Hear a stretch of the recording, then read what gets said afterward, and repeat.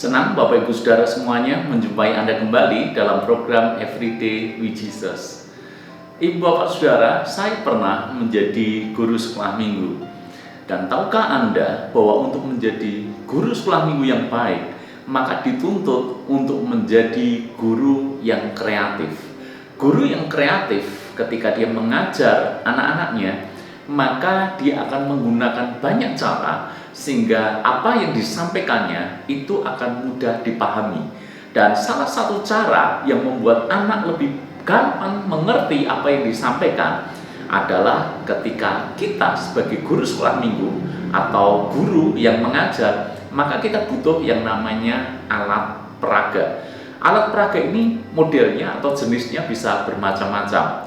Bisa menggunakan boneka misalnya, bisa menggunakan gambar, bisa menggunakan apapun. Yang penting anak bisa melihat secara langsung dan dengan demikian anak bisa paham apa yang sedang kita sampaikan. Salah satu kisah yang cukup ekstrim yang pernah dicatat di dalam Alkitab adalah ketika Tuhan memerintahkan Nabi Hosea untuk mengawini seorang perempuan Sunda.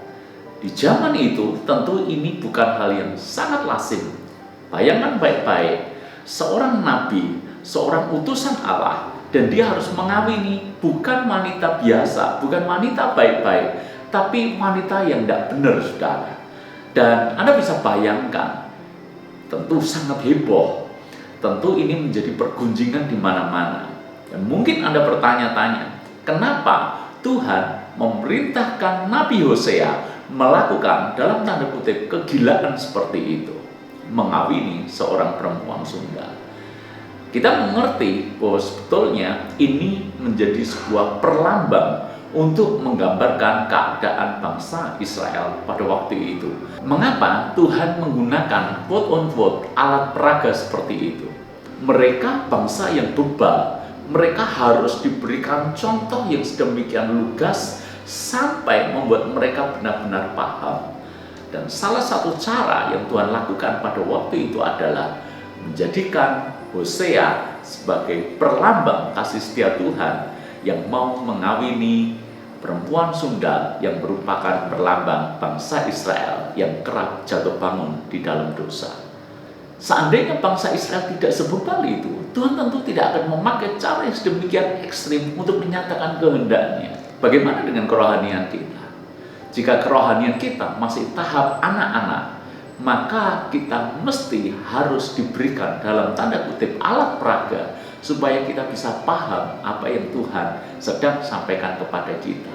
Tetapi kalau Anda seorang yang sudah dewasa secara rohani, maka firman yang secara lisan Anda dengar, maka itu sudah lebih daripada cukup untuk membuat Anda mengerti, membuat Anda menangkap isi hati Tuhan. Ingat baik-baik bahwa tingkat kerohanian kanak-kanak itu sulit sekali diajar, masih semau-maunya sendiri.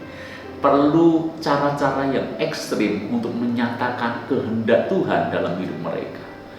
Demikian pula halnya dengan kita. Rohani kita sudah cukup matang dan dewasa, maka kita sedemikian mudah menangkap, mengerti maksud dan isi hati Tuhan dalam hidup kita semuanya.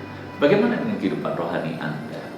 Saya berdoa Anda adalah orang-orang yang dewasa secara rohani. Tuhan berkati.